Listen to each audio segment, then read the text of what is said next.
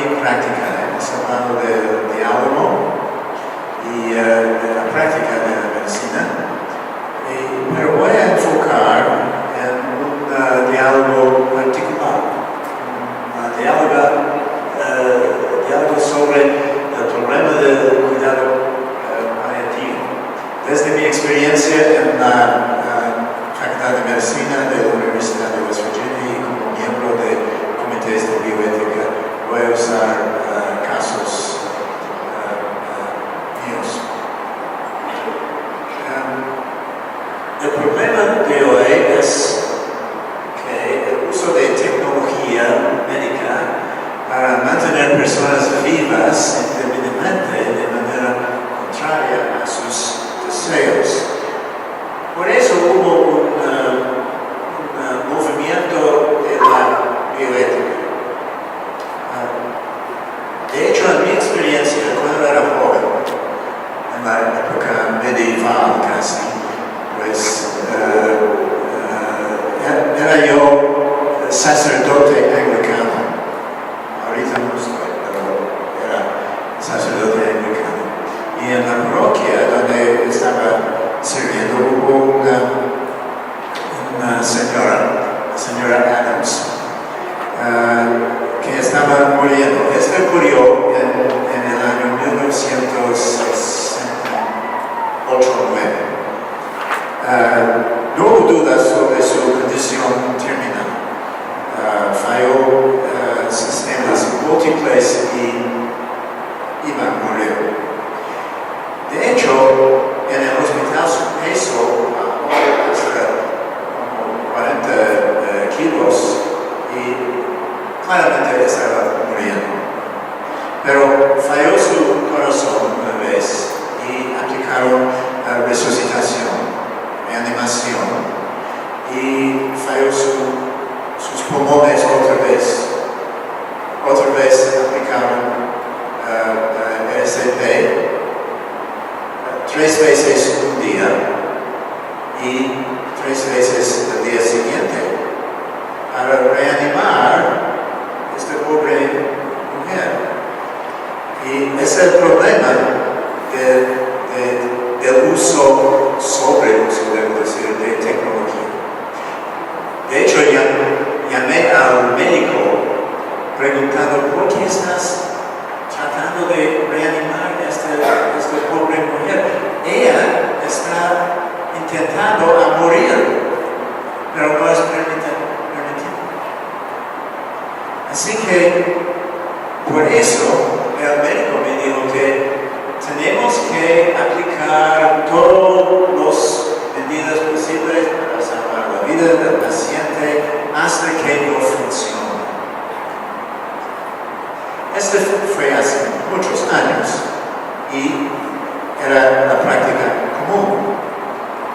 Pero por eso hubo un movimiento de derechos de pacientes. El derecho de rechazar tratamientos extraordinarios, el derecho de nombrar un agente para decisiones médicas en el caso de que el paciente no puede tomar sus propias decisiones, y el derecho al cuidado paliativo. El movimiento de derechos de pacientes muy fuerte y promulgaron leyes en otros países con respecto a estos derechos de los pacientes. La respuesta mexicana era, soy mexicano de naturalización, así que estoy hablando de mi país. De origen estadounidense gringo, pero soy mexicano. La respuesta era leyes de voluntad anticipada, que da al paciente el derecho de expresar sus deseos para el tratamiento. De hecho, deseos del paciente en condición terminal, en forma de un testamento escrito por un notario, y normalmente sin diálogo con el médico sobre su cuidado. Así que el problema es, ¿dónde está el diálogo? sobre nuestra condición. Si nos encontramos en condición terminal, si usted se encuentra en condición terminal, quisiera hablar con tu abogado o con tu médico. Es la pregunta. Pero las leyes de voluntad anticipada son testamentos de manera legal después de una conversación con un notario, no con su médico. Así que ¿dónde está el diálogo? De hecho, he usado en un cuestionario a 50 médicos, cuestionario sobre casos particulares para ver si opiniones de los médicos sobre la legalidad y la aceptabilidad éticamente de casos. Una petición del paciente para rechazar cirugía. Hubo una paciente agonizando, víctima de esclerosis múltiple. La condición de la señora, en mi experiencia, ha deteriorado a tal grado que ella recientemente ha perdido el control total de sus funciones corporales y ella no puede moverse si no es con la ayuda de otra persona. La condición de esta persona, este paciente, deterioró así y fue ingresado en el hospital. Fue necesario un ventilador para ayudarle con su respiración y después de usar el ventilador por 2 semanas, el doctor le dijo al paciente que sería necesario una traqueotomía porque no podríamos usar el tubo nasal por mucho tiempo después de 2 semanas.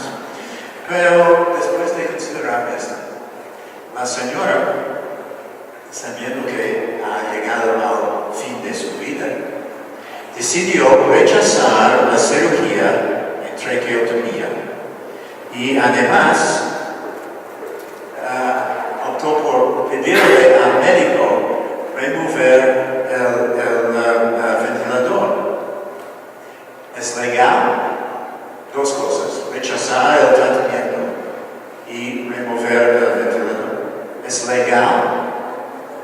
Pues 71% de los médicos nos dijeron que sí, el rechazo de operación es legal.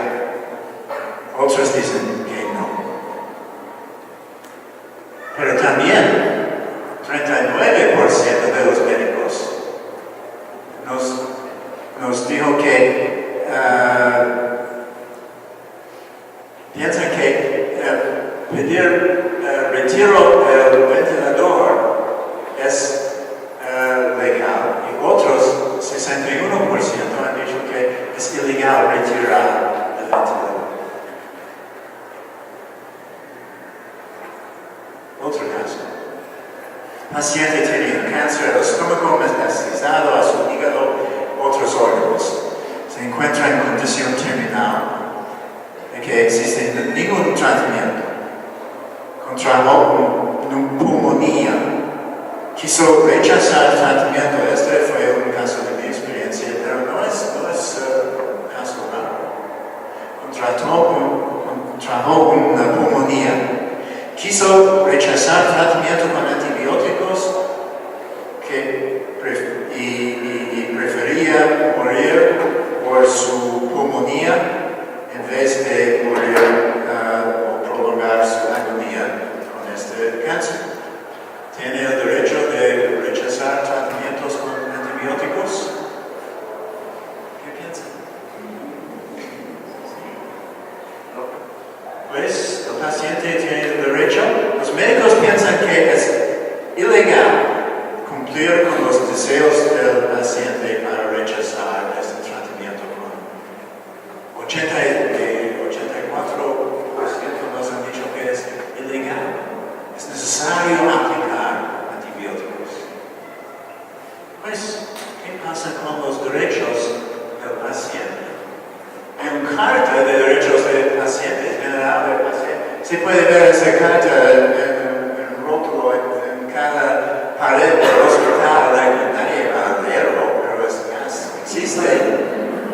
Pero dice que el paciente tiene derecho de recibir información suficiente, decidir libremente sobre su atención, otorgar o no su consentimiento informado, válidamente informado. Pero si los médicos piensan que es ilegal dejar de aplicar antibióticos, ¿qué pasa con los derechos? No hubo diálogo entre las personas.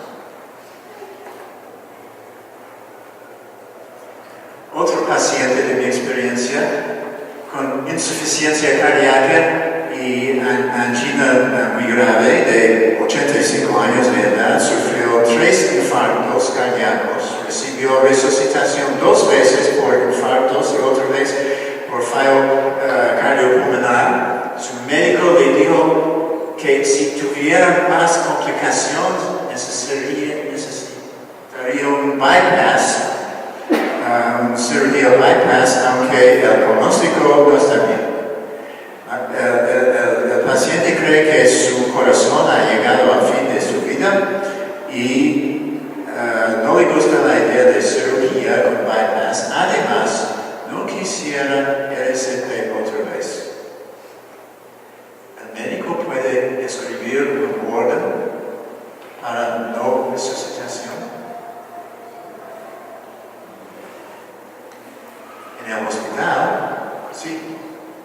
Pero personas como esa no van a morir en el hospital, van a morir en casa, con otro infarto. Y van a llegar los paramédicos. ¿Y qué va a pasar? Aplican todas las medidas para salvar la vida del paciente.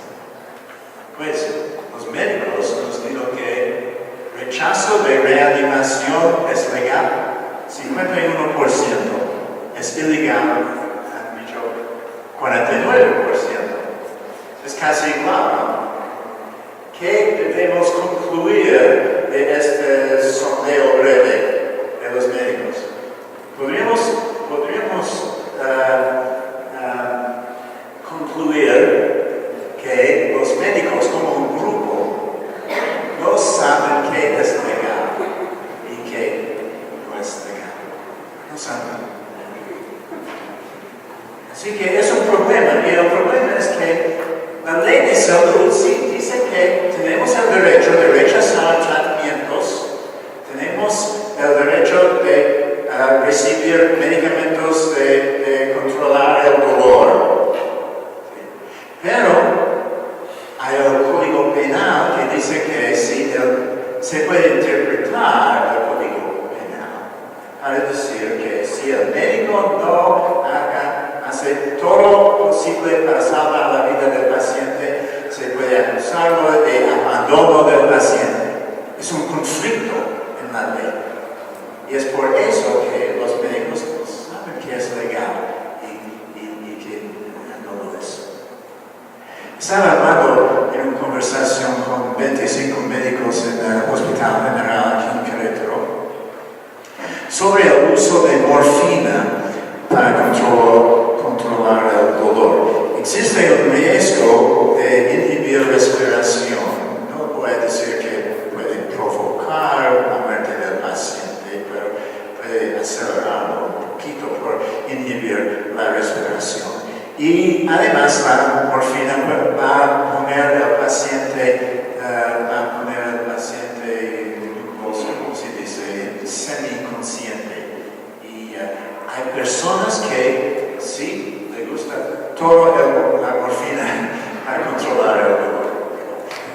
Hay otros pacientes que quisieran hablar con su familia, quisieran ser conscientes, alerta, y van a aceptar más dolor para relacionarse con su familia. Es su opción. Además, hay personas que piensan que el dolor es un don de Dios, no es exactamente Dios, pero es un don de Dios para identificarse con la agonía del Cristo, de Jesucristo. Así que estaba hablando con los médicos, pidiendo, ¿cómo vas a hablar con la familia, con el paciente y la familia, sobre estas opciones por el uso de morfina para controlar el dolor. Y me dijo nada. Un médico me dijo, pues, creo que no hablamos con la familia y con el paciente sobre estos tipos de opciones. Así que le dije, ¿cómo hablan ustedes entre sí, entre los médicos, sobre estos problemas del uso de morfina para controlar el dolor? Otro médico me dijo, no hablamos entre nosotros. ¿Dónde está el diálogo con los pacientes? ¿Qué pasa con consentimiento informado? No es informado si los pacientes no saben las consecuencias del uso o no uso de morfina. Así que el diálogo con el paciente existe. Es casi una conspiración de silencio para estas cosas. Pues, la ley federal es muy interesante porque es casi desconocido, pero y no es la ley de voluntad anticipada, pero es el derecho de los enfermos en situación terminal dar su consentimiento informado para la aplicación de tratamientos, medicamentos, cuidados paliativos, adecuados, etc. Es derecho solicitar al médico que le administre medicamentos que impiden el dolor. Es el derecho a renunciar, abandonar, negarse en cualquier momento, recibir, continuar el retiro del ventilador o continuar el tratamiento que considere extraordinario. Es el derecho del paciente optar por recibir cuidados paliativos en un domicilio particular. Así que no necesitamos un diálogo, un plan de cuidado paliativo y un orden médico del doctor, no una conversación con abogados o notarios. Sabemos los derechos, es necesario un plan de cuidado paliativo. El médico debe determinar la competencia del paciente para entender su condición y para expresar sus deseos.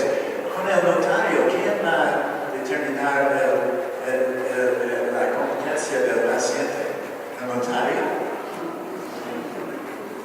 Evidentemente. Esta es discusión con el paciente y la familia. Y en esta discusión sobre un plan y un orden médico, discusión con el médico sobre la condición del paciente, el pronóstico y opciones para control del dolor y opciones para trasladar al hospital. Mi nuera es médico en el estado de West Virginia, en un lugar muy rural, y tienen pacientes de diabetes, de problemas del corazón, etc., en condición terminal. No les gusta ser trasladado a un hospital grande en la ciudad. Van a morir. Quisieran morir en su casa o en su propio hospital, cuidado por sus vecinos en este hospital rural. Pero ¿qué va a pasar con los paramédicos? Al hospital grande del nivel tercero para todo. Opciones para resucitación y el uso de antibióticos. Estos son importantes en la conversación, en el diálogo entre el médico y el paciente, no con el notario. Además, un orden médico aplica a paramédicos y enfermeras. Así que si el paramédico va a llegar al hospital, los paramédicos van a llegar a la casa del paciente en una crisis. Nosotros, médicos, no sabemos qué hacer en un problema del shock o de infarto o algo así. Llamamos a los paramédicos, pero van a llegar, van a aplicar todas las medidas de salvar la vida del paciente, salvo que hay un orden necesitamos órdenes médicos para mandar a los paramédicos qué deben hacer. Además, un orden médico, como todos los órdenes médicos, debe incluir consentimiento informado del paciente como expresión de su voluntad. Es una voluntad anticipada, sí, pero es parte de su consentimiento informado por adelantado al tratamiento en el crisis en el futuro. Además, en este mismo documento, en este orden médico, el paciente puede nombrar un representante para tomar sus decisiones. Así que esto es muy importante. La resolución del conflicto de leyes, he hablado sobre la ley de salud que da derechos a los pacientes, a nosotros, y la ley del Código Penal que va a amenazar a los médicos con abandono del paciente si no usan todo. La ley, el Código Penal o la ley debe decir que si existe un plan de cuidado paliativo para los pacientes, el concepto de abandono no es difícil reformar esta ley, pero es lo que necesitamos para iniciar, para hacer un diálogo con los pacientes. Mi sierra, mi nuera, no le gusta la idea de nuera, no es nuera, es sierra. mi nuera me dijo que en su hospital hubo una sala de conferencia y ella me dijo, no me gusta entrar a esta sala de conferencia para hablar sobre cuidado paliativo con pacientes y su familia, pero es necesario. Me gusta entrar en esta sala, pero cuando salimos estamos contentos, porque tenemos un plan de cuidado paliativo. Así que creo que necesitamos un cambio de la ley. Gracias por su atención. La unidad de bioética en filosofía va a cooperar con CISAF, con el grupo CISAF, en organizar un diálogo sobre cuidado paliativo. No he mencionado eutanasia, porque esto no trata de eutanasia. El problema es que si el sistema de salud no responde a la necesidad de diálogo de los pacientes, si continúa esta abstinencia médica, los pacientes sí van a pensar en eutanasia. Pero no es necesario. Necesitamos cuidado paliativo. Gracias.